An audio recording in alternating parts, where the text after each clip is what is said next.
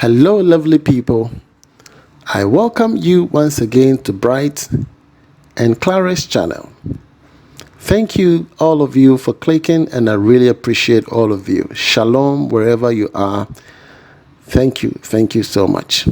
Today we're going to be talking about land for sale, decking and steel bending works. This is a project that we are undertaking for one of our subscribers who is located in the United States. All right. Are you looking to buy a land? Do you need a land for your dream house? Or perhaps you want to build an apartment? Or you just want to buy a land for your generation or your children or for a friend or your husband? Then look no further and contact the numbers that are going to be popping up on your screen. This is a land located in Kaswa, a suburb called Tomefa. Oh, this is peaceful. Yes, peaceful. Tomefa. This is around the nurses' quarters. I don't know if someone knows Kaswa very well and you know the nurses' quarters. Yes, I believe you can describe it better and drop us a comment. This land is one for a subscriber who is located in Canada, and she had asked me to air this video for her. Okay, so this plot is a two plot going for 90,000 Ghana cedis. All right, 90,000 Ghana cedis, and it's negotiable. Okay, in case you're interested, you can contact the numbers on your screen. That's plus 233-263-872328. Okay, that is her local number. But in case you get in touch with her, perhaps she might, get in touch with you with her Canadian number. But for now, I prefer to share this with you so that once you get in touch with her, she will decide which number she will use in communicating with you. Okay, the numbers are on WhatsApp as well. Okay, her name is Madam Letitia.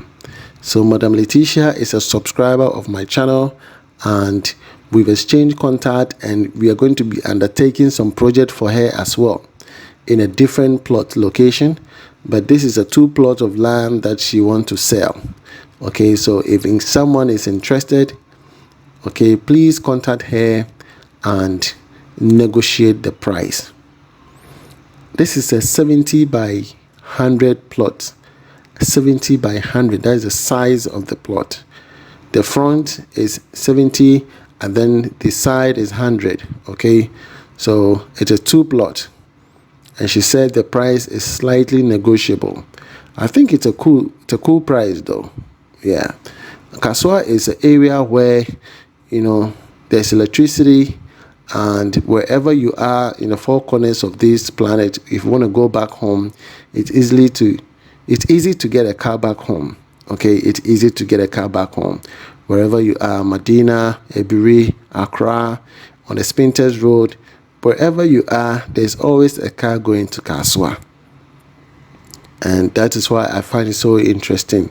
Living in Kaswa is really cool. Prices of materials are cheaper than other locations. You understand? So kindly bear that in mind. As of the time when this video was shot, this was the look of the land. I believe by now there have been some changes. Okay, so once you're ready to purchase the land, Madam Letitia will definitely assign someone, and then your representative will go to the land and view it so that you can get a real-time viewing. Okay, yes. Always remember that when you're purchasing the land, there's some key features that you need to look out for, whether it's in the waterlog area. Okay, how far is the electricity close to you or far away from you? You need to know. Okay, how many poles do you need to purchase? Or perhaps will the government by sometimes route the electricity pole near to your building? Okay, if that is not going to be so, then you need to consider that, okay, you're going to do that by yourself, and how many poles do you need to get the electricity closer to you? You understand? I'm not going to talk about water because we know Ghana, our water system is poor. Definitely is really poor. So I'm not going to go there. You definitely have to go with a borehole. Okay, yes. So that being said, this area is on a hilly top. Okay, so when it rains, you are not affected. Okay, because for me, if it's a waterlogged area, I would definitely not air it on my channel. Waterlogged plots are really difficult to build with, and therefore it costs and capital intensive, because there's so many things you need to do in order to sustain your building.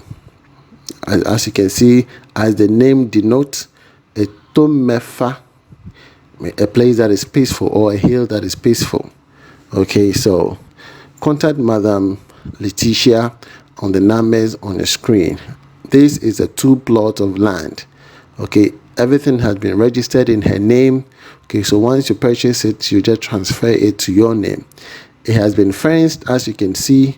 So you go into terms of payment, make some payment, and then begin your project. And this will also test other people to know if someone also have bought the land. Okay, for me, that's what I do. I always want to test. Go and do your search, and once you're okay, you begin your project. All right. So let's go back to Madam Zurita's project. Last week, I dropped a video, and I talked about the decking.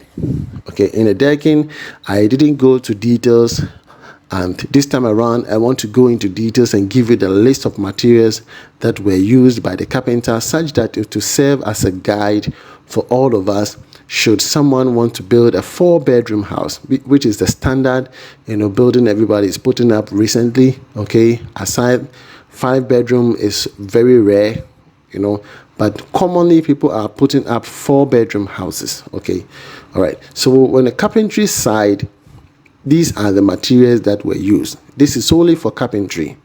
Now, one, we used a cyber board, 80 pieces of the cyber board. 80 pieces because initially we had bought 50 pieces for the pillars and for the lintel. Okay, so going forward to the decking, we just needed to add 30 pieces more, and that is why I have a total of 80. But naturally we use 80 pieces, so that's why I put 80 pieces over there, multiplied by the cost, which is 53 Ghana cedis, giving us 4,240. Item 2, that's a 2x4. A 2x4, we bought 100 pieces, one going for 40 Ghana cedis, and that total gave us 4,000. Bamboo, which is the supporting beams, we bought 290 pieces, one going for 5 Ghana cedis, a total 1,450. Item 4, 4 inches nails, we bought 5 boxes, one is 75 per box. Item 5, 3 inches nail, a box, we bought 4 boxes, one going for 75 as well. The felt nail, I don't know if I'm pronouncing it correctly. Felt nail is a nail that we use in clipping the rubber or the DPM. When the DPM is laid on the plywood, they have to clip it with a nail, but they don't use the normal nail. There's a small nail called a felt nail with a mushroom head on top of it. You understand? Yeah, that kind of nail is what we used. Okay, concrete nail, we bought that one. DPM, we bought 2 bundles, one going for 400 Ghana cedis. The plywood, we bought 60 pieces of plywood, one going for 170 Ghana cedis, total giving us 10,200. And then the workmanship is actually 5,500. Okay, 5,500, giving us a total of 27,009 Ghana cedis. This is only for carpentry. For a 4-bedroom house, 27,009 Ghana cedis on carpentry side. Okay, yes, this is a 4-bedroom house. I want to re-emphasize it. 4-bedroom house.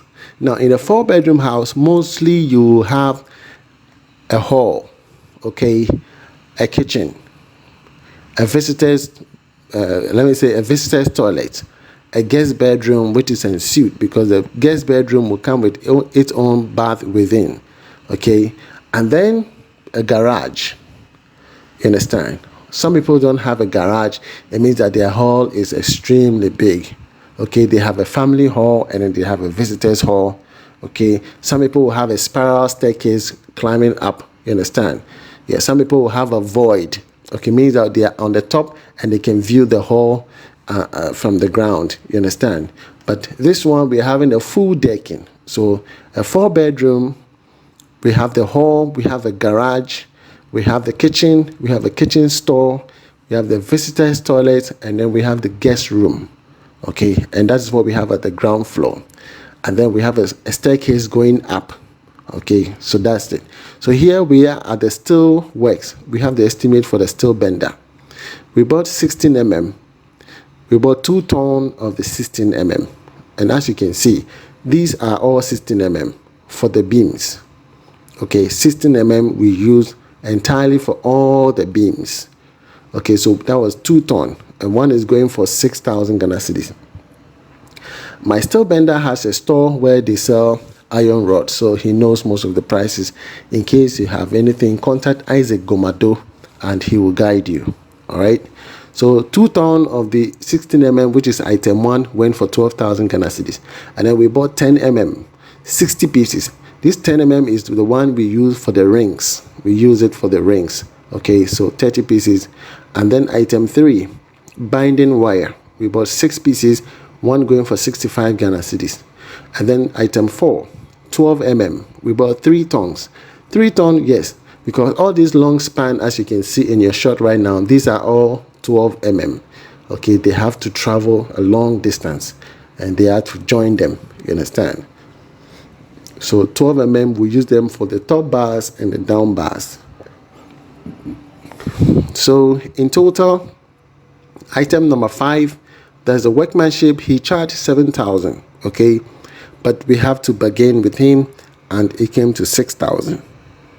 So this is for the steel bending work estimate. Earlier on, we talked about the carpentry. Okay, that gave us 27,009. But this time around, we are talking about steel bending work. So in total, for the steel work, with including the workmanship, it was 38,190. 38,190. Now, in summary, carpentry and steel works, steel work 38, as I mentioned, carpentry 27 and 9, in total is 65,199. That's carpentry and steel work. Okay, 65,190. In my next video, I'm going to be bringing that of the electricals and the plumber, and if possible, the mason. Okay, all of them, I'm going to bring their total estimate so that it will serve as a guide for all of us, especially to those who are building a 4-bedroom house. Okay, yes, this is going to be a standard way. It might not be entirely exact per your project. Okay, but then you have the differences shouldn't be that much, so that you don't get swindled. That is Isaac Gomado, the steel bender. Okay, yes. So in case you need anything related to steel bending ways, contact him because he's really good. I really love this guy. He's really good. Okay, so this is a project we are undertaking for one of my subscribers, Madam Rita, who is located in the United States, and we are so excited. There are other projects that we are undertaking, and I'll be sharing that with you. Should you need our assistant to do your project, because our prices are reasonable and we are very practical, please contact me. Okay, let me know. My email will be at the end of the video, and contact me, share your drawing with me, and let's get moving. Okay, because we have to build, and building shouldn't be that difficult. So if you want to contact my steel bender, his name is Isaac Gomado, the steel fixer. Okay, contact the numbers on your screen for your assistance. All right, you can see the staircase. These are places. This is the landing. We started from the base. This is the landing. Okay, from the landing, and then you head straight to the floor. Are you getting it? Yes, then you head straight. Some places we did double mesh. Okay, and it's very, very important. It also reduces noise and increases the strength of the staircase. Okay, most steel benders don't do that. As you can see, the entire steel bending work is completed. Okay, yes, and it has been done correctly. At the peripheral, the carpenter is going to come and put a board along the entire peripheral. As you can see, there's no way when you pour when you pour concrete here, it will hold. Okay, yes. Now in this area, as you can see here, we did a double mesh. You can see these iron rods, about 2 underneath and 2 on top. So this is a double mesh. Okay, the reason being that is this is a garage, and in the garage there's no pillar underneath, and therefore you need to do a double mesh here to hold it properly. If not, it will sag. okay, and it is a secret beam going through it. It is always important to do a double mesh wherever the span of the hall is longer and you don't want any beam to be underneath, because some people put some beams in their hall and I don't like it. Contact carpenter Joshua Edem on the numbers on the screen should you need any carpentry works. He is superb, fantastic. Okay, Joshua Edem. All right, so last time I think I dropped a list of all my artisans. Okay, I'm going to be doing that probably in my next video so that you get hold of all of them. Okay, they are very, very important. So right here, while the steel bender is done, again he has to go around and check all the work again. For me, I love to do that. I make sure you go back and check everything. Make sure the binding wire is tightened, everything.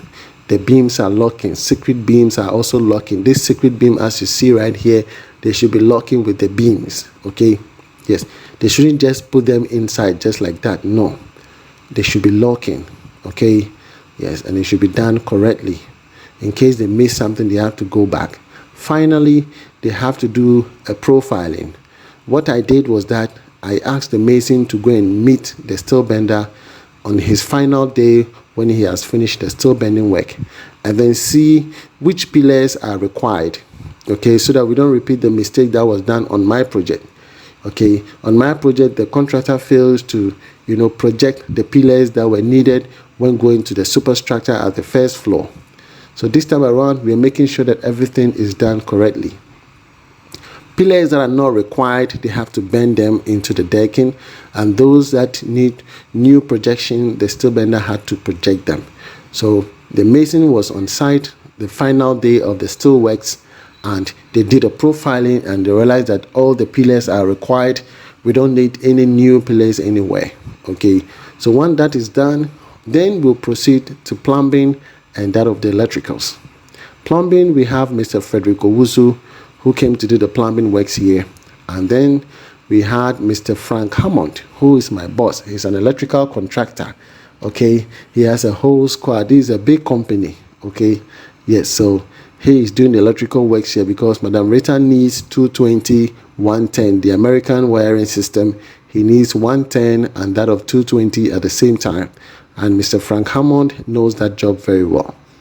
Okay, he does air conditioning, okay, ducting, air conditioning, cassette recess, okay, he does all of that. So if in case you need any work when it comes to air conditioning, electrical, 110, 220, okay, ducting, air conditioning, if you don't need a split air conditioner, you need ducting, air conditioning, you have to contact Mr. Frank Hammond. The number is on your screen. Contact Mr. Frank Hammond for that.